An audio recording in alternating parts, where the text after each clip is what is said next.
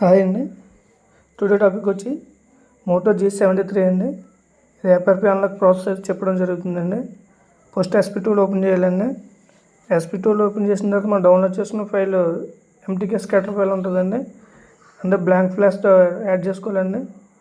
తర్వాత నెక్స్ట్ వచ్చి ఆత్ file add చేసుకోవాలండి.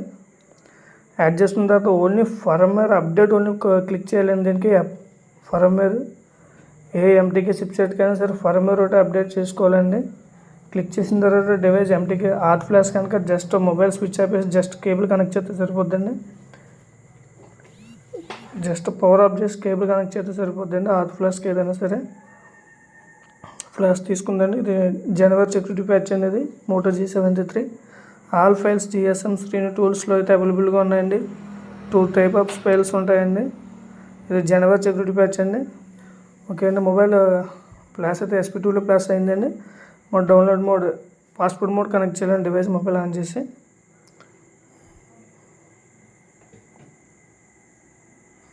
మీకు ఏ విధమైన ఫైల్స్ కావాల్సిన సరే WWGSM శ్రేణి టూల్ అయితే ఎగ్జిట్ అవ్వండి.